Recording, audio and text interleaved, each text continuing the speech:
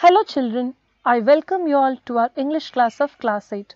Today we'll discuss the vocabulary and grammar given in this unit. So let's focus on them. So now let's discuss about words with different meanings under the vocabulary section. Children, you might have come across certain words which are used in different situations according to their meaning, right? So they have different meanings, but the spelling of the word is same. So let's discuss such words today. So here we have one of the word as board. The one meaning of it is a piece of wood. Another meaning is an organization. Another meaning is a group of decision making people. So we have some more examples like this, and these are the words generally used with a lot of meanings in lot of situations. Let's today discuss them in detail. So here we have another word as present. Present is generally to be at a place. Other way, present is to offer something to somebody. In another way, we can also say that present is a marvelous gift. Okay, so we have a lot of words, children, in English. You can also try and know them. Today we'll discuss some of them, and we even have a special name to that. So let's focus on it. Okay, so these words are called as homonyms. So the words are having same spelling but with different meanings. Let's discuss some of them now. Hide. Hide is to keep a secret or keep something out of sight. In another way, it also means like an animal's skin. Ring. Ring is a metal band for a finger. Okay, something that you wear on a finger. And ring in another way also means that to call someone on a telephone. Jam. A traffic hold up. In one way, it means a traffic jam. And in another way, it also means that a fruit spread. Row. Row is to propel the boat with oars. You row a boat. Okay. In another way, it is a line of people or things. Okay. Another word, rock. Rock means a music with heavy beats. So rock music we say, right? Yes. In another way, rock is a large stone. Another word, grave. So grave also has two meanings. Grave is generally a resting place for the dead, and sometimes when you say it's a grave problem, so something that is very serious. So homonyms are generally the words which are having same spelling but they have a lot of different meanings, and these have to be used according to the situations. Children, you can also identify such words in English and try to know their meanings and use accordingly. Let us now understand the usage of used to and would. Why should we use them and how better can we use them? So let's know about them.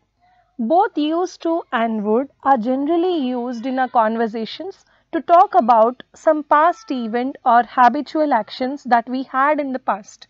Okay, so when we use them like used to or would in our conversations, it reveals a past event, or we can even use them to discuss something that is not happening right now.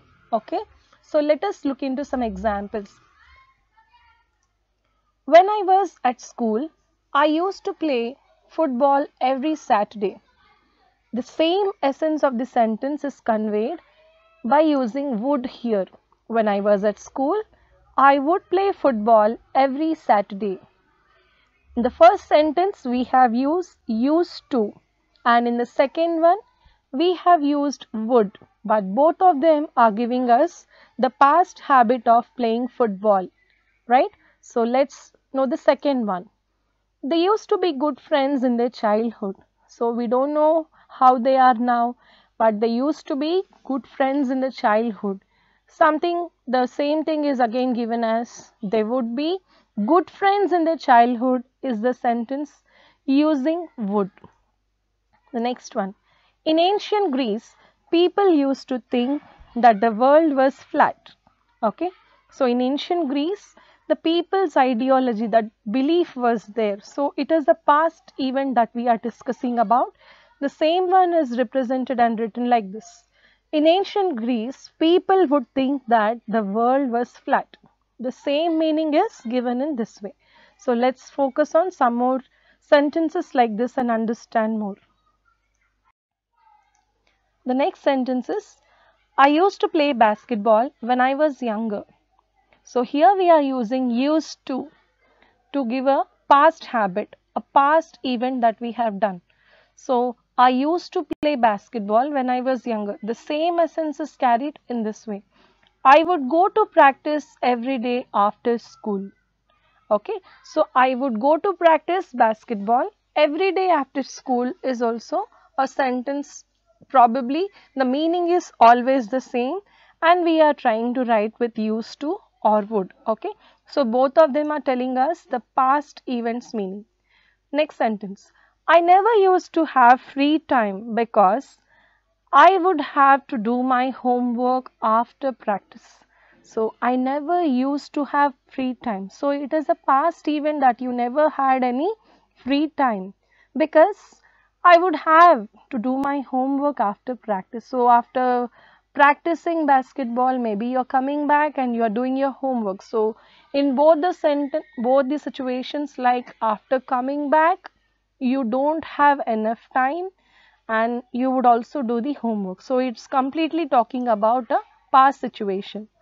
When we were children, my brother and I used to fight all the time. So used to means always, it's telling about the past event. When we were children, my brother and I would fight all the time. Again, we have used would in this sentence.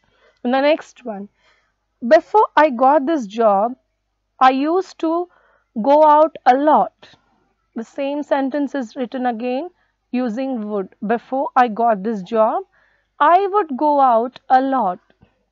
Okay, so you have to understand we are not changing the meaning, only we are trying to tell about a past event using used to or would.